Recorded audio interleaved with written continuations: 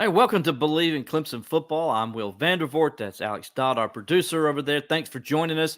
Apologize for some technical difficulties we had earlier. I Uh, that, had. that, I that, had. well, Alex, I was just going to take the blame for all of us. But it's great when your producer can't get on the internet. That's always a good sign for the show.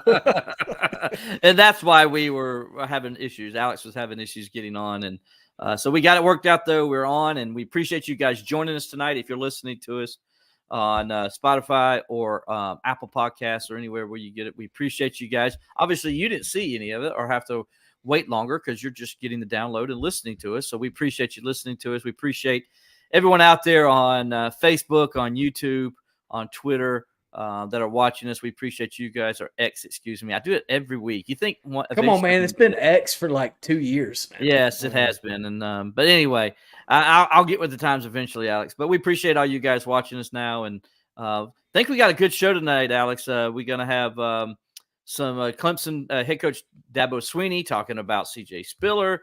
He's gonna be talking about Tony Elliott. We're also going to have Tony Elliott talking about Dabo Swinney. So we should have a pretty good podcast here. And, of course, you have me and Alex running our mouths as well. As we get you set for Clemson versus Virginia this week, as it's weird that they didn't make this game homecoming, right? I was thinking the same thing all week. It's like you had such a great opportunity to make this a homecoming game.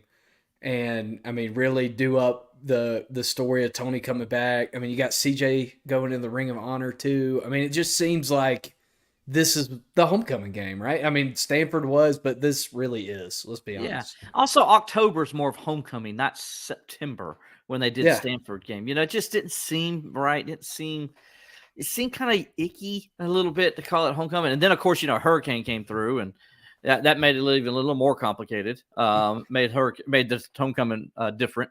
But anyway, regardless, it is a homecoming for Tony Elliott, as he will be coming home to Clemson, where he played from 1999 to 2003 and was a captain for Dabo Swinney when Dabo Swinney was first-year wide receivers coach at Clemson. Then later on came back as Dabo Swinney's running backs coach, which he held that position from 2011 to 2015. And then came over as it became Clemson's co-offensive coordinator at that point and running backs coach, and then kept that up until Jeff Scott left and he became the coordinator on his own. And then obviously the tight ends coach when C.J. Spiller came on. So Tony Elliott has, he was there for 11 years with Dabo Swinney from 2011 to 21, and then also the 1 year he played under him. And their relationship in those years from 03 to 11, which still they talked every day. Dabo thinks of Tony like a little brother, if you will. And so because I think it's more like a brother kind of thing than a kid kind of thing, like he is with CJ. But a great relationship nonetheless, and it's awesome that Tony's coming back, and it's great, good storyline all week long. Yeah, and I think obviously we're going to talk more about CJ later, but when I think about games that CJ Spiller should be recognized, playing Virginia in Death Valley is very fitting for him to be recognized. Obviously, you have like the iconic picture of him coming down the hill with the flag on senior day. I had that poster on my wall growing up as a kid. So it just seems fitting that this is the game they're going to do that. Yeah, it is. It's very fitting. Well, first of all, before we get into the podcast, I mentioned what we're going to talk about this week. I want to go ahead and give credit to our sponsors, the Clemson Insider, the most complete coverage of Clemson athletics and Clemson recruiting. If you want to know everything about this week's game against Virginia, go to the Clemson Insider. You can find out all those things. Yours truly will be writing a column about C.J. Spiller this week, so you want to be on the lookout for that. We'll also have recruiting, basketball, baseball news. Alex, I actually had both last week. We had ACC Media Days in basketball last Thursday. The day before, we had baseball started fall practice. We talked to Coach Backich and stuff like that. You can go to the Clemson Insider and look at those articles and stories from what we covered. And we'll have more coming down the pike. I can tell you that right now because Clemson Insider covers all things Clemson athletics, not just Clemson football and recruiting, but all things Clemson athletics. So give it a check if you haven't been there before. And by the way, it's free. And if it's free, it's for me, right? That's what you're talking about. 5-figure discount. So anyway, appreciate you guys being with us. And Alex, we'll get going here, and we'll just start talking about Clemson's 49-14 victory over Wake Forest this past Saturday in Winston-Salem. First of all, a shout out to Clemson Nation for coming out in droves Saturday. I know you watched it on TV. I was there. Alex, what did it look like on TV? Because I know it looked like it was like all orange. I mean, like the first shot of the broadcast, you have Taylor McGregor standing there in front of the stands, and all you see is just a wall of orange and white behind. I don't think I saw anybody wearing black on that side of the stadium on the TV broadcast. And then you can hear it too when you're watching the game that Clemson had an active crowd. Honestly, it gave me kind of Steelers vibes on Sunday in Las Vegas with all the black and gold, no silver. It was a lot like that. Hostile takeover of Winston-Salem. It was, and I would say it was probably somewhere 60-40, close to 70-30 maybe, because even on the other side of the field that you couldn't see on TV, a lot of orange over there too, where Wake Forest has their regular like big boosters and stuff like that Clemson people were sitting in their seats. So it was like Wake Forest only sits 31,500. It's the smallest Power 5 stadium in the country. And Clemson probably had 20,000 people there.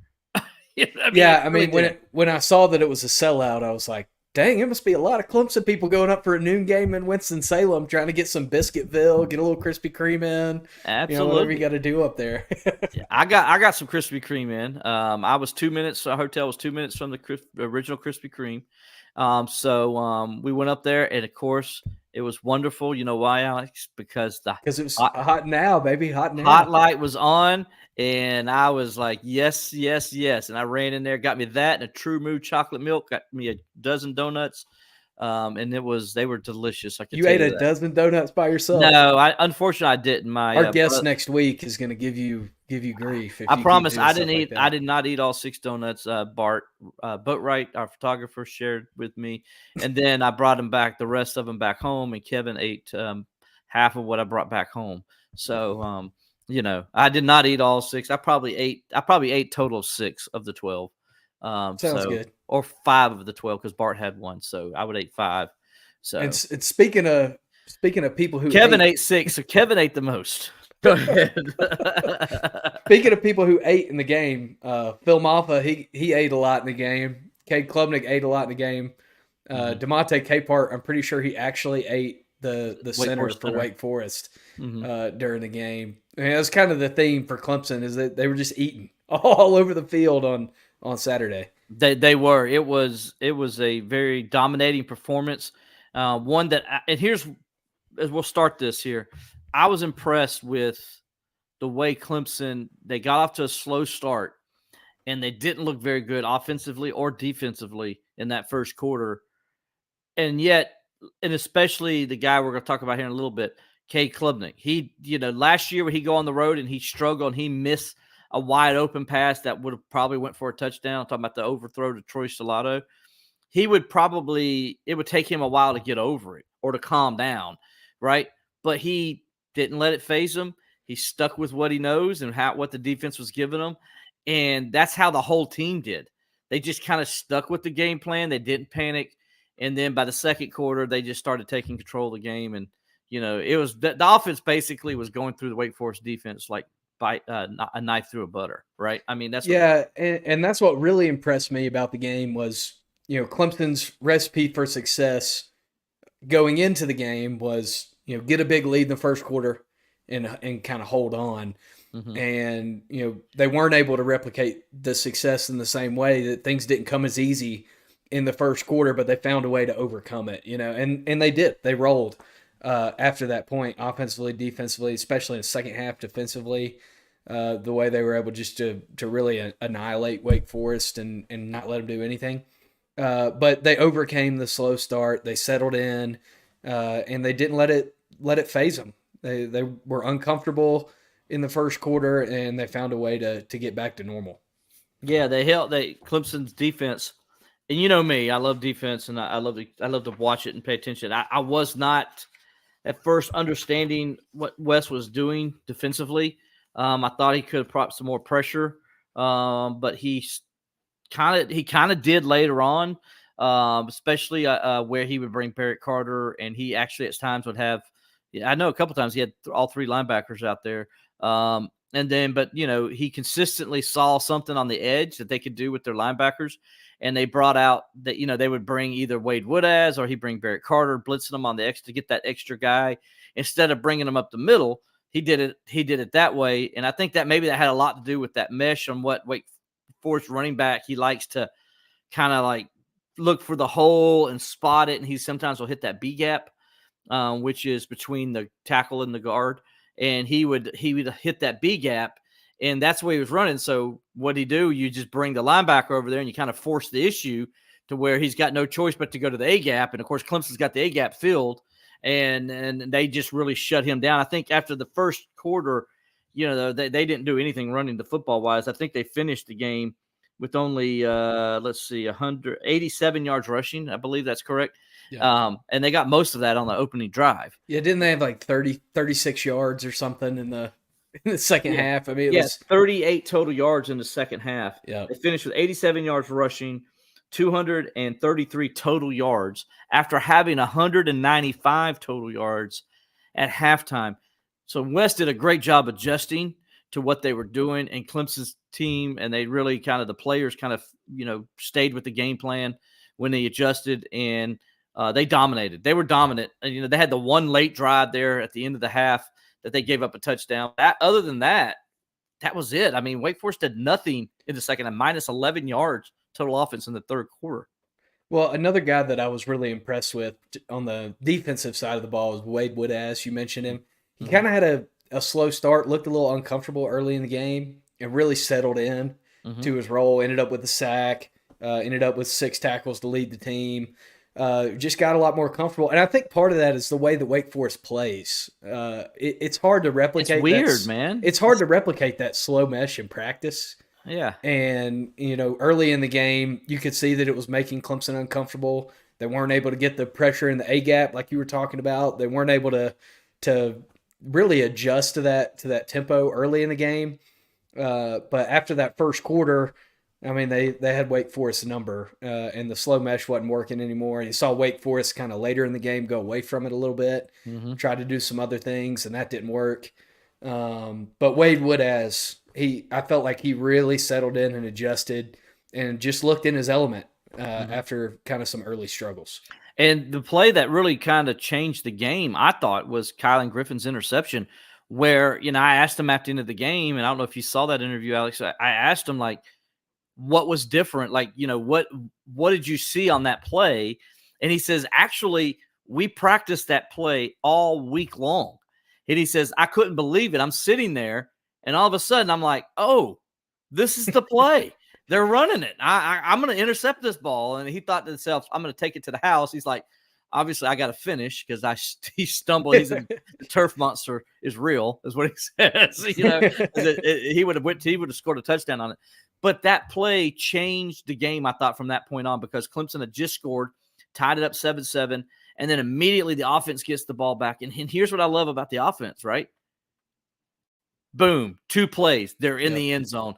Beautiful seam route down to a Brittingstool that puts the ball down at the 1-yard line. I actually thought he scored on that play, and Clemson probably could have reviewed it, but they're like, no, just run up to the line real fast. We'll have to film off pound it on in. I'm always under the belief coaches should wait a little bit to see if that is, because it was so close. I thought he got in the end zone, but it ended up working out anyway. But that's, you give credit to the Clemson defense and offense right there. That is what you call working together as a team right there. You get the turnover, and immediately you turn it into 7 points. Yeah, and you could see too a little fire from the offense. They didn't like the way that some of those drives ended at Florida State, having to settle for 3. And they didn't have to do that at Wake Forest. They just said, hey, we're just going to take it in for a touchdown, and we're not going to worry about kicking field goals. And you kind of see that fire in them in that second quarter. And one thing I kind of want to ask you about, Will, to get your impression, it seems like with this Clemson defense, maybe they're not as good down to down as they have been in recent years, but they're able to create pressure and force turnovers to where they can kind of mask some of those things. Is that kind of what you're seeing from the defense too? That maybe down for down, they're not going to be up in that total defense category, but they're going to force turnovers and get sacks and create kind of negative, catastrophic plays to where it really doesn't matter. Yeah, and that's what you want to do as a defense anyway, to be honest with you. You want to pressure the quarterback, not sack them. I know everybody gets so caught up in sacking the quarterback and all, but a sack is like TJ Watt for the Steelers, his brother JJ says, celebrate a sack because they're rare. And it's hard to get a sack. It's rare. So you celebrate it when you do. That's why you see defensive ends and linebackers celebrate sacks because they're hard to get. And I know fans don't understand, but it is. It's hard. So your goal is not to sack the quarterback. Your goal is to pressure the quarterback, get him off timing, get him out of his spot, do anything you can to disrupt the timing of the throw and everything. And Clemson did that Saturday. Whether they had guys hands up in the face, whether they were dropping 6 or 7 guys into coverage, whether they were bringing the linebackers from the outside blitzing. They still got 3 sacks, and that's what you want to do. But they also, just like you mentioned, Alex, they put pressure, and both interceptions came from the quarterback being rushed, not settling in, and he had to get rid of the ball faster than he wanted to, and it resulted in 2 interceptions for Clemson and back-to-back drives that allowed Clemson to really kind of take control of the game. And Wake Forest got that touchdown, but right back came the offense like it was nothing. And it was 28-14. You never, once they went up 21-7, you never felt like Clemson was in any danger, right? I mean, that's the way I felt. Yeah. I mean, really, after they answered the touchdown drive, the first touchdown, you didn't feel as much concerned. That's just, I mean, also part of that's the opponent. It's Wake Forest. They had a loser record. Nobody really scares you. The receiver, not Iomanner. That's Stanford. But the receiver for Wake Forest maybe scares you a little bit, but the quarterback doesn't scare you. The defense doesn't scare you. And that was a good thing to see from Clemson too. They weren't intimidated by being in a position they hadn't been in yet this year. They trailed in the first quarter for the first time, all year. Against Georgia. And they didn't get uncomfortable. Yeah, first time all year they trailed in the first quarter. First time since Georgia that they trailed in a game. It was definitely a very complete performance, I thought, by Clemson. And, and I want to talk about the next thing, what kind of in that recap is Cade Klubnik. Alex, I'm going to let you say this because you have been harping on this all year. Go ahead and announce it. I feel like there's probably been, I don't know, 4 times when Cade Klubnik should have been the ACC quarterback of the year or of the week, not of the year, of the week. He shared it once with Cam Ward. It's about time he got the award for himself. It's probably only because Cam Ward didn't play this week. Cam Ward could have thrown 3 interceptions, fumbled twice, but if he threw for 4 touchdowns, he would have shared it with Cade last week. But man, a heck of a performance by Cade. And like you said, he was rattled a little bit early. He was high on a couple balls. He was low on a couple balls. And really just settled in. I mean, 31 for 41, 309, and 3 touchdowns. Hard to beat that. 7.5 yards per completion. That'll get the job done every single time. And again, just kind of seeing him show that composure. He didn't hit the early route, the early out route. And that's kind of, you look back at that Georgia game and you're like, oh, if he hits that early out, then, he's rolling. He didn't hit that early pass this past week. But was able to rebound and find his groove. Yeah, he missed Troy Stellato, who was wide open and probably scores. I mean, he's cutting across the middle. And the thing was, also this week, he saw Troy Stellato, and that was the one because it seems like the only guy he hasn't really seen this year is Troy Stellato at times. And that's it. Not that there's anything wrong with the guys he has been seeing, but, Stellato's been open a lot this year. And so he did see him, and he throws across the middle, and he got so excited, I thought, because that's going for a touchdown. It really is. I mean, it's because Troy's got some burners, and they're not catching them. And but he got a little anxious and threw it too high. Then on the next play, he comes back, gets a little pressured. Probably should have dumped it off to Maffa on that and just let Maffa run over the guy like he was running over everybody. But instead, he tried to find Brenny Stool. I'm okay with the decision because if he throws a better ball, that's a first down. Clemson keeps moving the ball, but he short hopped it, and that is what it is. And so you're thinking at that time, oh man, maybe he's not on today. Maybe this is the day he's off. But like you said, he came back and just really hit his stride after that, and Tigers had no problem moving the ball. And another thing that I want to make sure that we give Cade Klubnik credit for, thing that he's been able to do this year that I've been noticing more and more. Even last week at Florida State, the deep crosser in the end zone where he overthrew, was it Williams? He overthrew in the end zone. I still think that was another example of what I've seen from him this year is he's throwing the ball in the right spots. I mean, he's not throwing into coverage. The ball, Brenningstool, he threw another hit ball on the seam to Brenningstool away from coverage. I mean, he's just been really incredibly accurate and smart with where he's putting the football. And you can see now, after you've seen it for this many games in a row, that's not a fluke. This is something that he's drastically improved on. He's just not putting the ball in harm's way. It's not, and these are Division I athletes, remember, and he's going out there and just making it look easy. Or the ball to Williams for the touchdown, where he checked to the route that Williams scored that touchdown on. Oh yeah, that was a beautiful play. By the way, yours truly sitting in the press box says he hasn't targeted Williams yet. Bam, right on cue. You and the TV were right on the same page. So anyway, 11 different receivers caught a pass. Jake Bridgestone led Clemson with 7 receptions for 104 yards. He was targeted 10 times. Troy Stellato had 6 catches for 72 yards and a touchdown. He was targeted 7 times. Antonio Williams, 6 catches, 69 yards, a touchdown. He was targeted 1 time. Excuse me, not 1 time, 7 times. TJ Moore had 4 catches for 46 yards. He was targeted 5 times. Adam Randall. TJ Moore is what got the engine rolling. It did early in the game. As a reliable target, just the way he's able to run physical routes and get open, really opened things up for Clemson when things weren't going their way early in that game. Totally agree. Adam Randall making a return from injury, looked good. He caught a touchdown pass, had 3 receptions for 19 yards. How about this, Mason Kelly? We saw him back out there, first time really this year seeing him getting a lot of action. 3 catches, 17 yards for him. Then he had a Justin Sapp pass, Noble Johnson, Phil Maffa, Jay Haynes, and Cole Turner all also had receptions. I mean, dude, that's spreading it around. 11 different guys Cade Klubnik threw to the other day.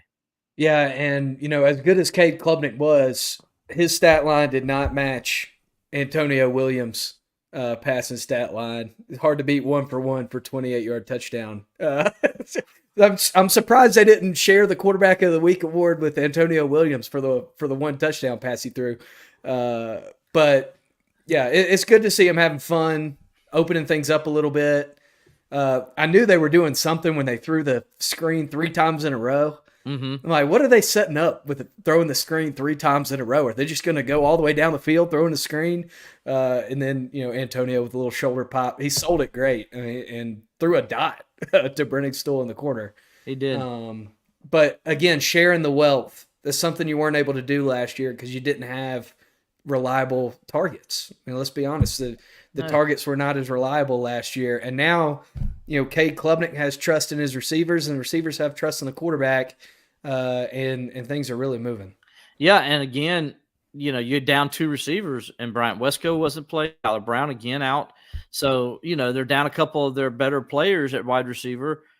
You didn't even recognize it. I mean, let's be honest, you just didn't. And that's because you got guys that are, just making plays every week and doing their thing. And so, you knew when you brought those 2 freshman receivers out there that it was going to change things. Right. I mean, and I think everybody says, well, what's the difference? Why are they so much better this year? Especially the guys that have been here. Why are they better? Well, when you have 2 guys that are just out there making plays that are true freshmen, it causes everybody else to work harder. Yep. And it raises the bar. And then everybody starts feeding it. And that momentum carries throughout the room. And I think that's the difference. Those 2 guys are the difference, in my opinion. And everybody else is talented. They just needed to get that kick in the butt, if you will. And I know last year some people kind of rolled their eyes when people would talk about confidence and how important it was to have confidence, and they just didn't have any, and that's why it wasn't working. But I think this year is a prime example of that being the case last year, because Cade has confidence in Garrett, Dabo has confidence in Garrett. They both have confidence in Cade. Cade has confidence in the receivers. Receivers have confidence in him. There's confidence in the offensive line. When everybody can trust each other like that, oh man, it just really opens things up. And then how about Antonio Williams? I mean, here's a guy last year people forget. He missed most of the season last year. I think he only played 5 games. And you want to talk about a guy that's a difference maker on this offense? It's Antonio Williams, because not only his skill set and what he brings to the table, but Alex, also it's his energy that he brings and his competitiveness. I mean, he leads the team with 25 receptions, 349 yards, and 5 touchdowns. He is one of the top receivers in the ACC. He is. And he's a playmaker. Every time he touches the ball, whether he's catching it now or throwing it, he's making a play. And that's a guy you need. And you get a guy like that in your room, everybody starts to feed off him. And I think that's what we're seeing. Yeah, I mean, I'm sure some Clemson fans that are watching the show agree. Just, how nice is it to watch the game and just know that you're comfortable, to not feel uncomfortable. I mean, at what point last year or what game did you sit and watch and really think that you were comfortable the whole time? None. And then you want to know another thing that makes you feel comfortable is the offensive line. Yes. Again, Cade really wasn't touched. I mean, he did get sacked a couple times. I think one time he got sacked. I remember that second drive. But other than that was it. I mean, he was really pretty much had a nice pocket around him that he could step up in and deliver the football. He was not taking off his spot. And, you're seeing that. And, I guess it was Dusty Dvorak. Is that who it was who covered the game the other day? He made a comment that I thought was the most interesting thing. And I didn't know about this till he said this, and probably need to ask Dabo about it. When Clemson lost to Georgia, Dabo went and watched the game on the bus ride home from Atlanta. And he was able to watch the entire game because they just do the cut up. So he's able to watch all of it. And he said when he was watching it, he just felt like, man, and the Dabo told this part of the story, he just felt like, man, I saw a lot of good things. Like, we didn't look like a team that got beat 34-3. He says, if you take the scoreboard away, you're thinking it's a lot closer game than it actually was. So here's where Dabo did something I didn't know, and it's the first time Dabo says he's done this in his career at Clemson as the head coach, is he got the team off the bus, and he said, everybody in the team meeting room now. And he got the team in there, and everybody's probably thinking they're about to get, chewed or whatever. Dabo didn't do that. He says, hey, guys, I just went back and watched this whole game. And he pulled some parts of it up. I don't know. I can't remember that part of it. But basically, he said, I just watched this whole game. And we're not far off. We can compete with Georgia. That's what I got out of watching this game. You're a pretty doggone good football team. And you can go out and do this. All we got to do is execute. The plays are there. We got to execute. The only reason we lost that game today was because Clemson lost that game, not because Georgia necessarily beat Clemson. And that's the point he made to him. Even though they got beat 34-3, he said Clemson got beat 34-3 because of Clemson, not because of Georgia. And so that was interesting comments. And I think right away it gave that team confidence, Alex. And that's what we're seeing these last 5 weeks, where they're just mauling over people. And now everybody's going to say, oh, well, they're not playing anybody. Well, you know who didn't play anybody last year either? This same Clemson football program. And they went 4-4 against teams that they should have beat, like this team is beating teams. Yeah, you lost to 2 backup quarterbacks. Exactly. So don't come at me with, they ain't playing anybody, because they didn't play anybody last year either, and they went 4-4 in the ACC. What's the difference? Well, it's not the players, because it's the exact same players. What's the difference? They've got confidence. They're believing in themselves, and I think it all started with their head coach after a loss, taking them and saying, guys, I believe in you. I think we can do it. Let's go out there and prove everybody wrong. Yeah, that's a pretty awesome story to hear. I kind of tuned out the broadcast at a certain point because they showed the same goofy transfer portal video that they've shown every week for the entire season and talked about it for 10 minutes. I'm like, Guys, are you watching the same football team that I'm watching? I mean, maybe it's time to find a new narrative to talk about. I mean, there are three teams in the top 25 that didn't take anybody out of the portal. Well, the funny thing is, though, did you see the video they had last night of Aaron Rodgers and them Pulp Fiction video they made of Aaron Rodgers and Kelly? Not Kelly. The quarterback for Buffalo. Help me out. Josh Allen. Josh Allen. Sorry, did you see it? You think is Jim Kelly still there? Yeah, I know. I got all flustered with Buffalo because thinking Pulp Fiction. Who was the quarterback when that Pulp Fiction came out? Yeah, there you go. Jim Kelly. So, but anyway, they were talking about that video. I mean, that video, if you hadn't seen it, like it was hilarious, this graphic. And it was the most corniest thing I've ever seen. I like the corny graphics. I mean, they're pretty funny, but if I have to see the Clemson stock up or the transfer portal one more time, I'm just going to find a way to watch the arena feed or something. It's maddening. I'm going to find some illegal Facebook streams from Death Valley this weekend if I have to watch that again. Well, we'll get away from that. Hopefully we don't watch that because we're going to be watching this right here. And this is CJ Spiller will now be will go into the Clemson Ring of Honor this coming Saturday in Death Valley. Alex, this is a great honor, man. This is I got to cover CJ when I was with Ipte Media, and I got to know him personally. Got to know his family. To see CJ now in the position he's in now, it's awesome, man. That to see that now. Here is this guy that I saw come in as an 18-year-old kid, in 2006 when I was covering this team. Now all of a sudden he's now going to be in the Ring of Honor. I think this is the first player that I've covered that's in the ring, that's going into the Ring of Honor. So it's a special moment for me. I know Dabo Swinney said it's a special moment for him. Special moment for me too. Yeah, it's pretty awesome, and it's a long time coming. I mean, you knew it was going to happen at some point. Obviously, there's stipulations and things you have to do to be able to get into the Ring of Honor that require time. Mm-hmm. But I mean, Dabo talks about it in this clip we're about to watch. But this is a guy that's a college football Hall of Famer.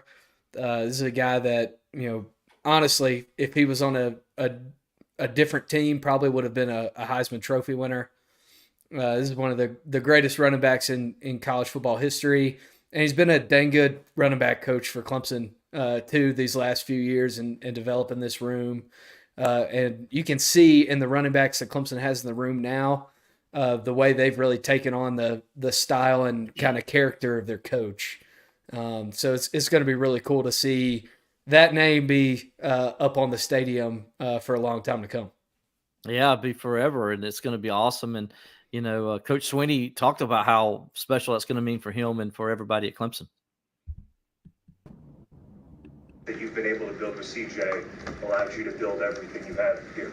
Yeah, I wish it was that easy. When he left my office, I thought he was leaving. And he walked into a press conference and said, "I'm staying." I was as shocked as anybody else in the room because I thought he was leaving. And I was perfectly fine with that. But I just wanted him to do what he thought was best for himself. I mean, but CJ he's a one of a kind. He's just a remarkable human being, first of all. And even when as a young player, he was incredibly wise, way beyond his years. Had a great vision for what he wanted to do. He's the type of guy that's always written things down, and and then he goes and lives it out. He's relentless in his pursuit of excellence. He's relentless in his pursuit of his goals and the things he wants to achieve. And he's a really good football coach. Like, he is a really, really good football coach. He has done an awesome job with our backs. He really has. I mean, I'm really, really proud of him and how he's put the room together. He's had great impact, obviously, with Maffa. And you see young Jay Haynes coming on. I mean, obviously went and signed Easy and Jarvis as well. I mean, he's a great coach in the making. He cares about all the right things. But man, our relationship is, like a father and son. I mean, I love him like a son. I mean, he's special. He really is in every regard, and it's been awesome to just watch him. Become a great father. His daughter's here now. which is just blows my mind that Shania's here, and he's a great husband. He's got a beautiful little boy now that I call Champ. I named him Champ. He calls him Cade, but I call him Champ. But anyway, he's just awesome. I mean, he is the epitome of the Clemson spirit, and yeah, I mean, he was a guy that he walked away from a lot to come to Clemson. A lot, and then the same thing to stay at Clemson. And then, his when I got the job, literally, we all wanted him to come back, and we, knew he could be drafted and all that. But he I just remember last thing I remember, he was in my office, had big tears in his eyes, and they got Tim Berets looking for him. Tim Berets in panic mode. Tim Berets standing out there going, he's got a room full of people, and we can't find Spiller, and then he's in my office, and he's in tears, and he's crying, and I just remember hugging him and telling him, I said, CJ, you just do whatever you think's best for you, and that's going to be what's best for everybody. And it's all good. I'm whatever you decide, man, I'm for you. And I just remember him wiping his tears away, and I'm like, I told Tim, I said, nah, he's leaving. And and Tim's just kind of walking by, and I just went to the back of the room. I just remember being in the back of the room, and when he said he was coming back, I couldn't believe it. And he goes in there and he gives this amazing talk and speech, and it was just it was unreal. He's just a special person, and what he's meant to Clemson.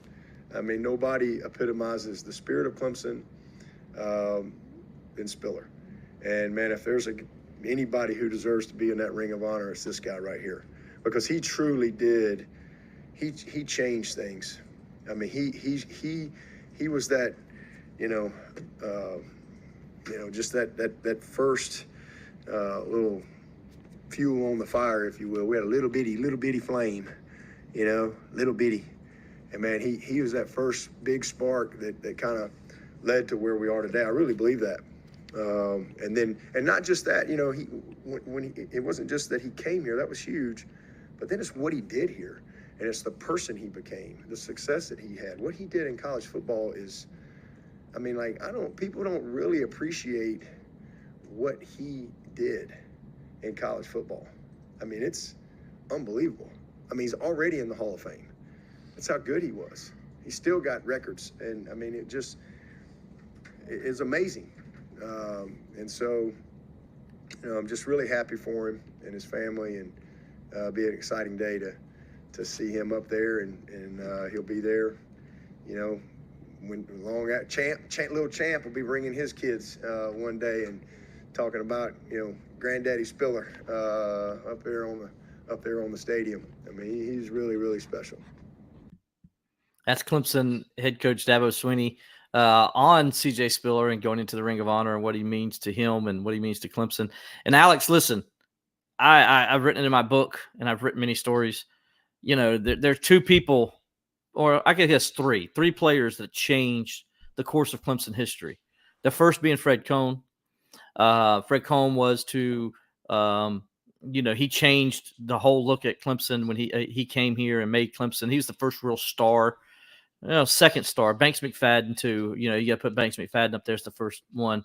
But Fred Cohn changed the direction of Clemson and where it went, because his team, he comes in, they go undefeated his freshman year, and then they go to a Gator Bowl after that. Then his senior year, they end up going undefeated again and going to an Orange Bowl. And Fred Cohn was that guy that kind of got it started, where Clemson had all that success in the late 40s throughout the 50s. Okay, then the next guy that comes in, Steve Fuller, back in the 1970s, came into Clemson in 1975. He was a highly talented guy. Everybody wanted him. And Fuller kind of set the stage. They go and they win those two ACC championships. They win the one ACC championship in 78, but in 77 season, had a great year as well. And then they go and, go on to win the national championship 3 years after that. And then the 80s, Clemson has this unbelievable success. Now in 2009, you get CJ Spiller. And then 2006, CJ Spiller comes in. And then you watch him go, and then, you look at the success since Spiller has come, and it's no coincidence, he is the guy that really set the tempo for what this program is right now. He was that first piece, and just a remarkable guy. And Alex, I was in that press conference Dabo was talking about, and I remember I had been told by several sources, if you will, that Spiller wasn't coming back. And, we pretty much had the story written. I had it written that C.J. Spiller wasn't coming back, who was going to replace him. Clemson lost James Davis also, and what are they going to do because they're losing both Davis and Spiller in the same year, blah, blah, blah. And so we're sitting there waiting in the press conference. I think every media member in there thought just like Dabo Swinney, he's not coming back. We all kind of knew it. And then he comes in there and he's just like, he goes on this long speech. I want to say it seemed like it was 30 minutes, but it wasn't. I know because CJ doesn't talk that long, but it seemed like it was 30 minutes. And then CJ says at the very end, but I announced I am returning to Clemson for my senior year. And the whole football team was behind us. And there was an eruption because I don't think any one of them thought he was coming back. It was unbelievable. Nobody in the room but CJ Spiller knew he was coming back. I don't even know if CJ Spiller knew when he sat at the table that day, if he knew that he was coming back. But man, the way that's affected Clemson football and Dabo Swinney, CJ coming back, man, him coming to Clemson in the first place. Dabo talked about, how different things could have been for him and what he gave up to come to Clemson, which is, a national title at Florida is what he gave up to come to Clemson. But because he did, Clemson was able to win 2 national titles and play for a couple more and be an elite college football program again, all because CJ Spiller decided to come to Clemson. I know it's probably people are like, but that was 2006, and they didn't win the national championship until 2016 and really get back to that level. But CJ Spiller is the one that set the stage for that, and he's the reason that Dabo Swinney is the head coach at Clemson. Yeah, what CJ did was he told other 5-star players like Sammy Watkins, Taj Boyd, Nuke Hopkins, Mike Williams, Jordan Leggett. I can go on and on and on. Christian Wilkins, all those guys. He told those guys, you can come to Clemson and have a successful career and make it in the NFL. Yep. That's what he told them by him coming to Clemson, just as Steve Fuller did, 30 years before. And just like Fred Cohn did 30 years before that.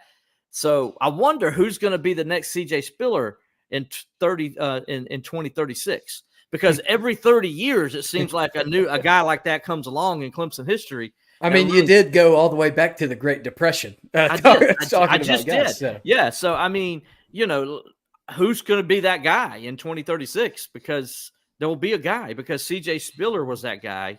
Steve Fuller was that guy, and Fred Cohn was that guy. And, I remember listening to the story of Urban Meyer talking about C.J. Spiller, and he goes into his coach's room, and he's mad. Anybody knows Urban Meyer, he has got a very hot temper, okay? Wait, you're not talking about the same guy that kicked the kicker? No, yes, exactly. So Urban Meyer goes into his coach's room, and he pounds his fist down on his desk, and he says, why in the world did we lose C.J. Spiller to Clemson of all places? And then his defensive coordinator, who ended up coaching at South Carolina, also. Oh my goodness, help me out! He coached Texas. Charlie Strong. Yeah. Charlie Strong says, "Coach, you've never been to Clemson, have you?" And everybody's like, "No." And he explained to him, he's like, "We can't explain it, but Clemson's different, man." And they get played like that sometimes because they're just Clemson. And when you go to Clemson, you'll understand why C.J. Spiller picked Clemson over us. And that's the greatest compliment. And Urban Meyer later said when he first came to Clemson that time, he's like, I get it now. I get why fans, the players love to come here. Why the fans love it so much and the alumni love it so much. He said he got it, and so what a great story, testimony for Clemson. And it's C.J. Spiller is the reason why. Yeah, and maybe Champ will be the guy in 2036. Maybe so, because Champ's 4 years old, so it's 12 years from now. Maybe Champ Spiller is the guy. Maybe Champ's the guy. I also think that's so funny. Dabo, or otherwise known as Cade. Yeah, Dabo renamed CJ's kid. Nothing more Dabo than that. Absolutely. So, hey, by the way, for the fans listening out there, you got to get to the stadium early because they're going to do CJ before the game because CJ's obviously got to work. He's got to coach.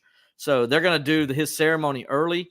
So you want to be in the stadium to be part of that, witness that. CJ's going to have his whole family there. It's going to be awesome. And here's another part of CJ's story that I love is CJ's mama.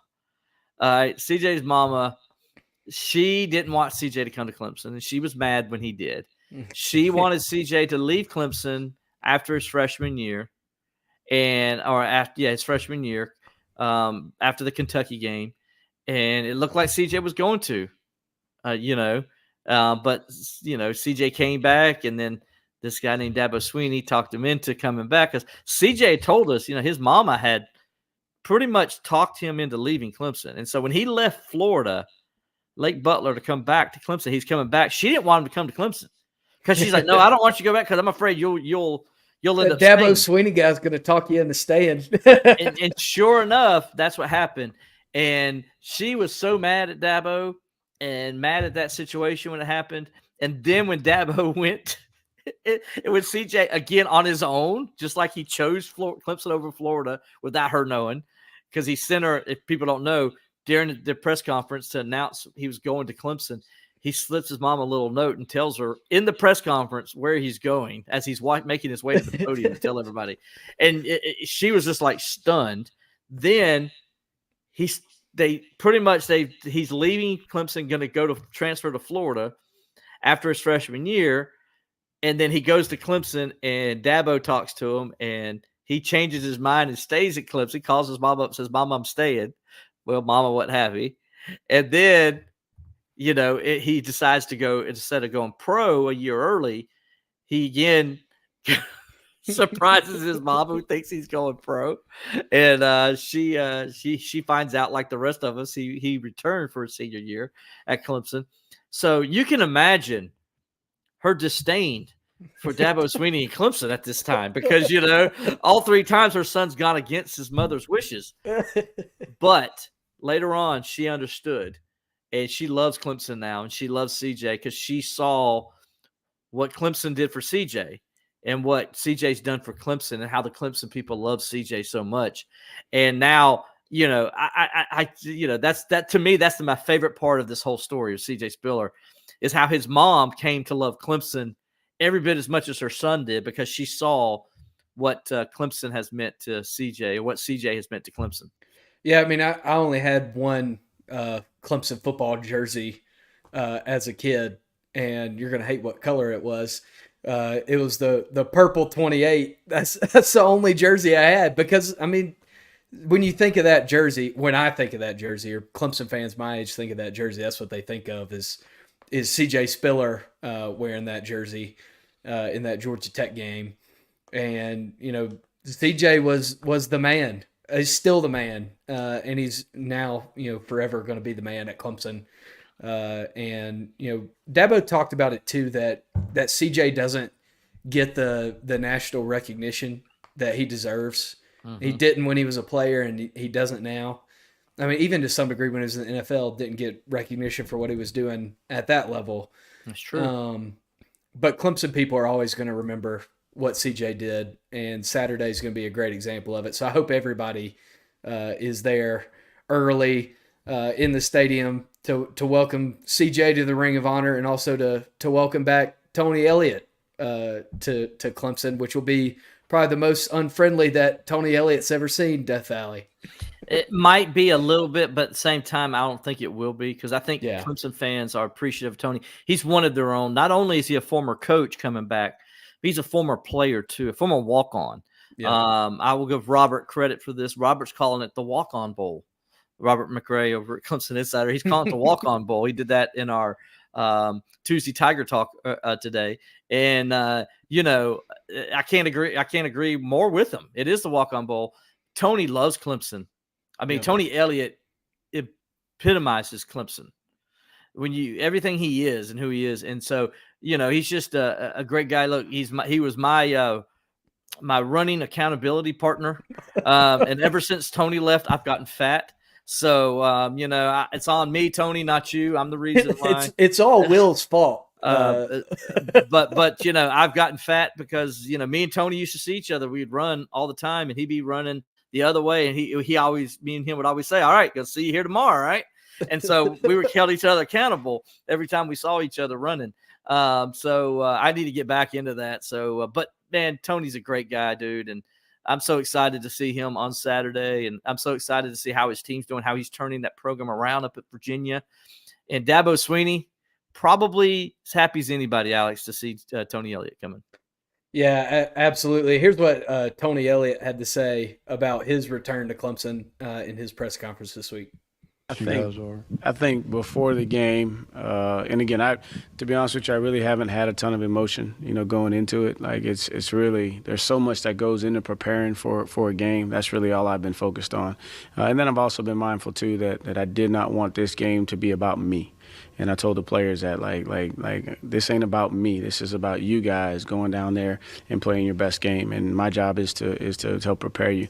I'm pretty sure pregame, there'll be some smiles and some laughs and all of that'll be good. But once they blow the whistle and kick the ball off, like it's like any other game. To be honest with you, you really don't pay attention much to what's on the other sideline, right? And I really like Coach Clawson. Man, I think the world of him and have gotten to know him, over the last 3 years. But once the ball's kicked off, like you're just focusing on doing your job. There's so much going on. So he's a competitor. And one thing I know is when it's go time, he's going to be trying to put it on us, right? Like they're going to be competitive. They're going to want to win the game, and he's not going to be thinking about, oh, that's Coach Elliott over there. No, they're coming, right? So we got to have our guys with the same mindset because it's going to be a battle. Easier said than done. Yeah, Tony. First of all, Tony, I love you, buddy, but it's not any other game. Your players are definitely understand that you're going back to where you got your street cred, if you will, right? I mean, they know this is where you this is where you hung up your hat, man, and how you became who you are. And this is not just any game. And Dabo is not Dave Clawson. I was like, well, I've known Dave Clawson for 3 years. No, Tony, that's Dabo over there. That's not the same. You know it. I know it. Everybody in this podcast knows it. Yeah, and I'm sure he's saying there's not any emotions. I know my internet's bad, so you're probably getting every other word. But I know he said that there's not a lot of emotion in preparation, but I'm sure, like any Clemson alum, when Tony Elliott walks into Death Valley on Saturday, or when he pulls into Clemson on Friday afternoon, there's going to be some emotion. And I can't imagine trying to have to coach a football team to go win a game, dealing with that. But, Tony's a hell of a football coach, and I'm sure that's not going to be an issue for him. But it is going to be an interesting scenario for both him and Dabo. Because I know as much as you say you don't look across the field at the other sideline, it's going to be hard for Tony especially not to look up at the hill or look up in the stands or see CJ's name in the Ring of Honor. It's going to be challenging to deal with those emotions, I'm for sure, but a sweet moment, sweet homecoming for Tony. Absolutely. And, Dabo Swinney kind of talked a little bit about some of those things you were talking about, what the emotions are going to be like for him going into Saturday's game against the Cavaliers. Yeah, he had several opportunities, over the years, but Tony, like myself, is a person of faith, and he's very prayerful in whatever he does. He doesn't make any decision without really, being led by the Spirit. And that, to me, I think that's how you go. Everybody should make their decisions. And when you live your life that way, sometimes decisions you make may not make sense to people who aren't of faith. It's just, which is fine. But I think that's the biggest answer I give you is he was very prayerful about it. And he really felt like that's where the right step for him was. And honestly, I did too. I thought it was a great opportunity and a great fit. And again, he had a couple more that were staring at him in that moment too. Again, I had no idea what was coming down the pipe for him. But, obviously with all the tragedy that he dealt with the first year, I always say, man, God directs our path. And I think, he was just what Virginia needed in that moment. And I would say that the administration there probably, got a chance to see firsthand, what kind of leader he is and the depth of his soul and spirit, and, how he was able to help them navigate a very, an unimaginable situation. So to me, he's again, a person of faith, and the best way I can answer is I think that's God directed him there.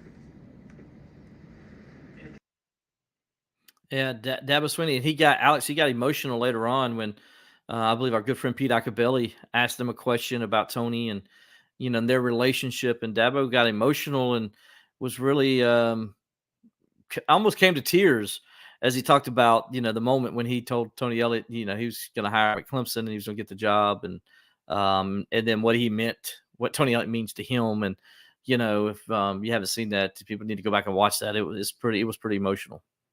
Yeah, and June, a great point here, talking about how Clemson fans should have respect for Tony Elliott, and I think Clemson fans gotten this kind of mood for a couple years, just about I don't know, maybe feeling like the program got stagnant, and I think some people attributed that to Tony because he was the leader of the offense, but I think 2 years removed. A couple years removed now that Clemson fans recognize what Tony Elliott meant to the Clemson program. Mm-hmm. This is a guy who won national championships for you. This is a guy that invested his life in Clemson, and he's always going to be a Clemson man. And I think Clemson fans recognize that now, and it's probably a really good time for this reunion to happen. That there's been a little bit of space since when Tony was at Clemson, and since Tony's dealt with the things that he's had to deal with at Virginia that Dabo mentioned. It's a really good time for this reunion to be happening. Yeah, and my Tony Elliott, to let people understand how hard he worked for Clemson. I remember there was a game Clemson played. It was a night game, and Clemson won, but the offense didn't look that good. This is after Trevor Lawrence, and Tony, the next day, I went up there to the facility because I had to hand something off to somebody. And so we're sitting outside talking outside the facility, and it's early in the morning. And I'm like, here comes Tony walking up by himself. There's nobody in the parking lot but us three. And Tony just, comes walking up there, starts talking to us. And I'm sitting there, I'm like, what are you doing here? I'm like, you guys didn't get back till wee hours of the morning. I didn't either, but but they I'm not having to coach a football game and all. And he's like, I need some stuff I got to go check on. And he's like, so he did that from like 7 a.m. to 10 a.m. And then he went to church, went home, took his family to church, did the church thing, and then was back up there by 1:00 that afternoon, working again. That's give you a little insight of who Tony Elliott is and how much he cares about what he's doing, how much he cared about Clemson at that time. And so for people to think at that time that Tony Elliott was stagnant and didn't care, that's wrong. That guy was working his tail off to try to fix what was going on. I Bleav that was the 2021 season, I Bleav, is when that was. So he was working his butt off to fix things. Yeah, and that anecdote I feel like kind of describes the way Tony Elliott's always been. He's the guy that worked his way from a walk-on to being on the field, to being a captain. It's a guy that worked his way to an engineering degree and a really successful career, but then had a passion for coaching and took the long road to be a college football head coach. This guy, he didn't take the easy road. He didn't go from player to GA to getting promotions. He coached high school football. He went to South Carolina State. He came back to Clemson. He coached a position that he didn't know anything about, and then worked his way to being a coordinator when he never called a play, and worked his way to being a head coach. So I feel like that anecdote really, really describes everything that kind of encapsulates who Tony Elliott is. Yeah. First of all, hey, Virgil. We see you out there on Facebook from Manchester, England. We appreciate you watching, my friend. Manchester? Yeah, we appreciate you watching. That's awesome, man. We're going worldwide. Always good to see people from across the pond saying hello to us. So we appreciate you. We appreciate all you guys watching us. Alex, we still got a little bit left here in the podcast. Obviously, there's a football game to be played. And so we're going to talk about that football game. As number 10, Clemson hosts Virginia this week in Death Valley. That's going to be a noon kickoff on ACC Network, so Virginia at number 10, Clemson, noon kickoff, ACC Network. This one's, Alex, this is interesting because a lot of people just think Clemson's going to just show up and roll over them. But I'm going to tell you what, if there's anything you need to know about Tony Elliott, his team's going to come and play hard. And even when they were struggling after the whole shooting stuff and everything that first year, even when they were struggling last year, his teams played hard. Last year they had 5 losses or 3 points or less or something like that. I mean, that tells you how hard they played. This year, their 2 losses easily could have been 2 wins. Yeah. They lost to Maryland in a game 27-24 where they turned the ball over 4 times, still had a chance to win the game. And then last week in a great game against Louisville came back, got a score late in the game to beat them 24-20. But they were right there. Louisville's got more talent than they do. Maryland's got more talent than they do. I can tell you that right now. I know. Those teams got more talent than Tony has. But Tony's teams play hard. And so Clemson, yes, got more talent. And Clemson, yes, should win this game. And there's a reason why Clemson's a 21-point favorite. But Dabo's letting his players know, hey, guys, I know this guy over here. I know what his mentality is, and I know what kind of team he's going to bring to Death Valley. And we got to be ready to play this game because they're not a bad football team. Yeah, I mean, I watched pretty much all of that Louisville game on Saturday. And you talk about a guy who kind of takes on the identity of his head coach. That's kind of the way I see Calandria, the quarterback there for Virginia. Maybe he's not the most talented guy, but he's a gamer. Mm-hmm. He's going to make plays. He's going to put his body on the line. He doesn't have much protecting him up front, but he kind of just finds a way to make plays, and that's kind of how I feel about their team as a whole. They just have gamers. They don't have the 4-star to 5-star guy. They got Kobe Pace back there in the backfield. Clemson guy. Clemson fans know a lot about how talented he is. But the Calandria kid, he's kind of like an X factor to me. He's a little bit up and down, a little bit Jekyll and Hyde. But if he's on, he's a gamer. I mean, there's a reason this guy's thrown for right at 1,500 yards this year, 9 touchdowns. He does have 4 interceptions. Like I said, kind of Jekyll and Hyde, but he's a gamer and can put him in position to win a game. Yeah, completing 64% of his passes. The thing about him, so people who haven't watched Virginia play, is he's got that Brett Favre boy mentality. Yeah. And what I mean by that is, like, he runs all the way down the field and he's like running like crazy and he grabs his player and he celebrates with them, his teammate. He's like, that's why, and his teammates love him for that. Yeah. So like his energy is what dictates his team's energy. Yep. And so that's why for Clemson in this game, it's so important that they bottle him up.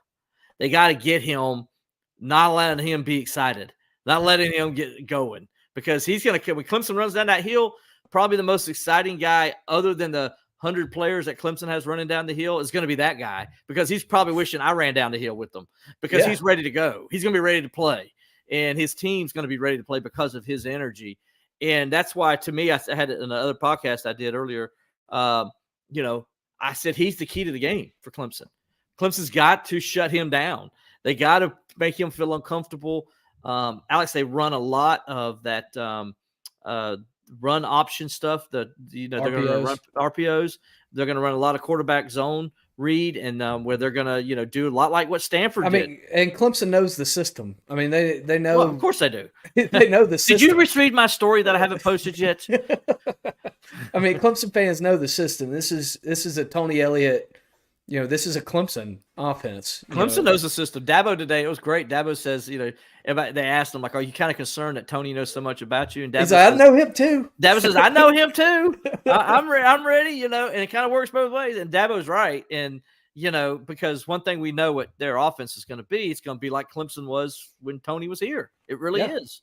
That's his offense. Now, he may change a few things, but if you watch Virginia play, it's like watching 2015 to 2019 Clemson at times, especially when their offense is going and they're moving the ball consistently. By the way, they're averaging 435 yards a game, 27.4 points. It's not a bad offense. Well, and this is a good offense. Let's also not act like this isn't a 1-4 football team. This isn't a 2-4 football team. This is a 4-2 team. This is a 4-2 team that very easily could be a 5-1 team or 6-0. And this is a team that it's not like they don't have anything to play for on Saturday, or they're just playing to beat Clemson.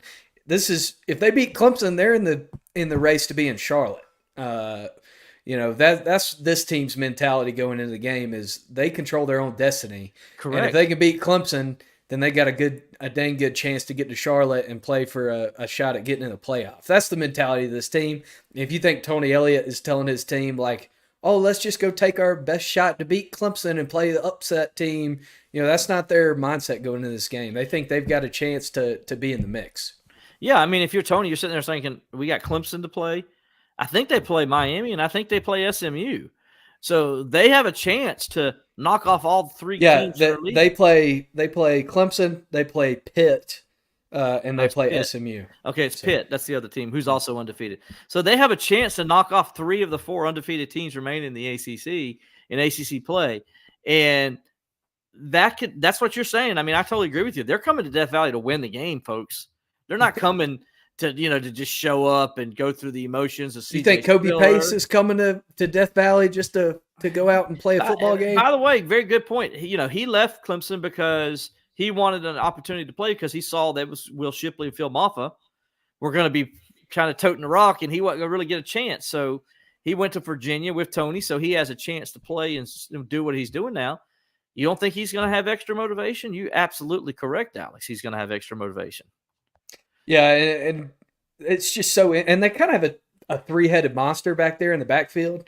It's not like, Pace is taking all the carries. They got Brown is their leading rusher, and then Calandria. I mean, Calandria has 242 yards rushing this year. Dude, he can run the ball. He's fast. Like I said, he's the X factor. If you're Clemson and you want to set the tone early, you got to get in his face and bottle him up.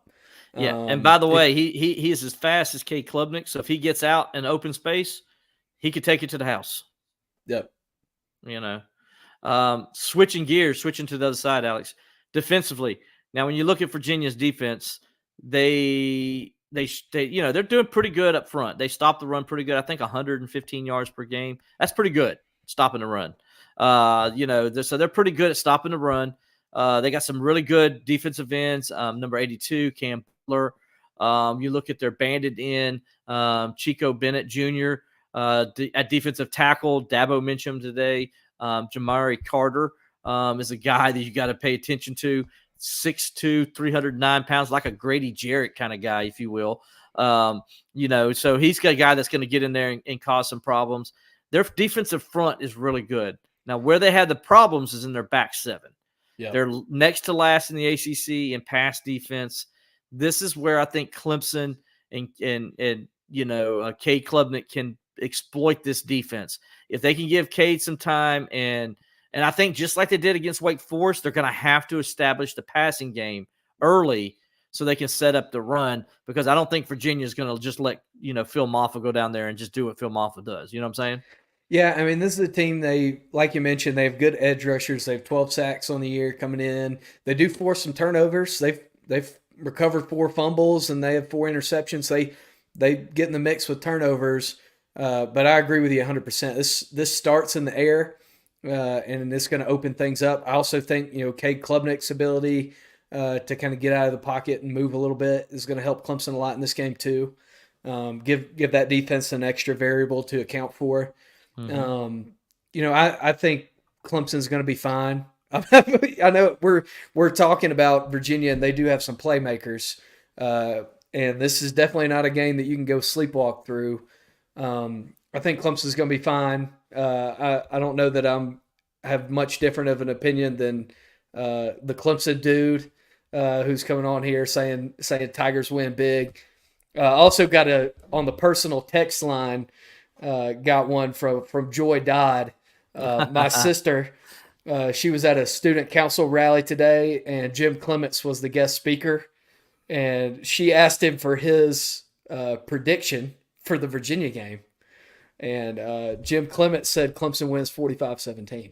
How about that? That's breaking news. Well, there you go. Breaking news from Joy Dodd. Thank you, Joy. Inside scoop. Yeah, appreciate her giving us some inside stuff. Joy, if you got anything else you want to tell me, tell Alex to tell me. And then I should have sent her a list of questions for Jim because, maybe he'd be, takes the armor off a little bit. Maybe we could ask him some questions about the future of the sport. Yeah. And how revenue share is going to work.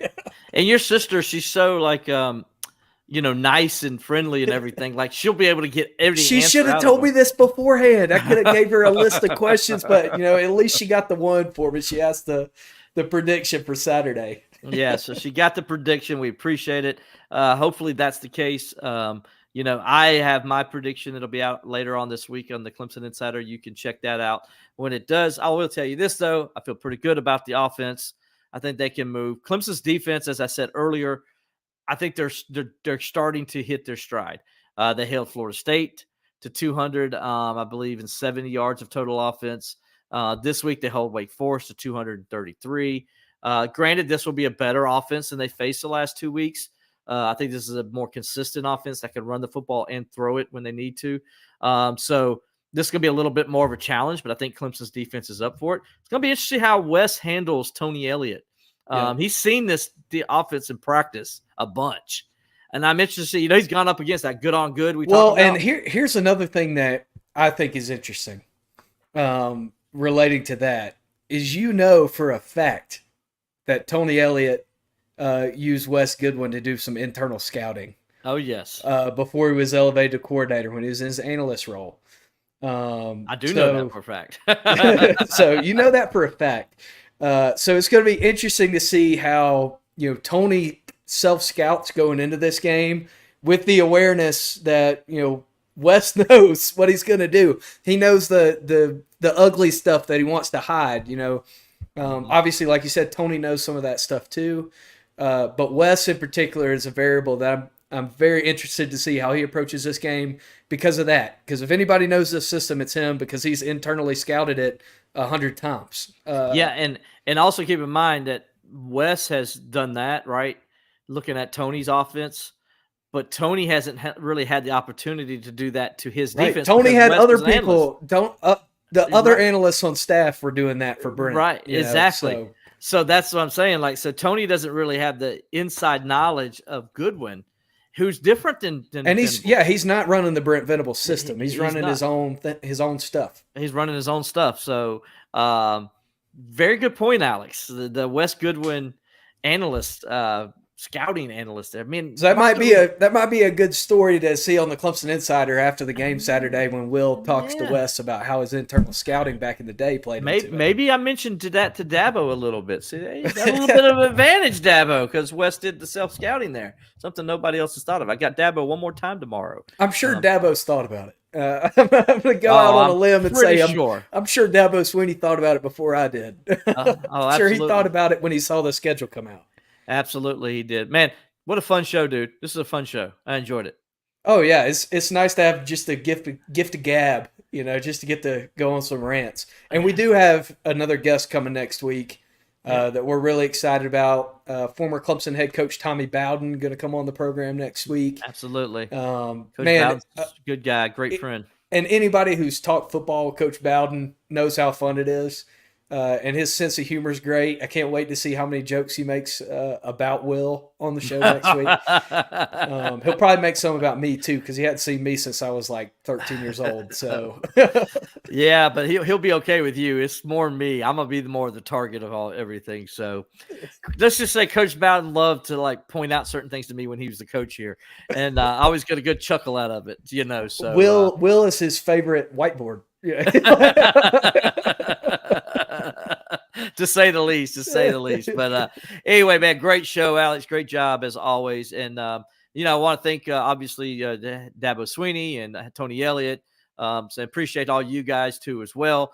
For Alex Dodd, I'm Will Vandervoort. We'll talk to you next time on Bleav in Clemson Football.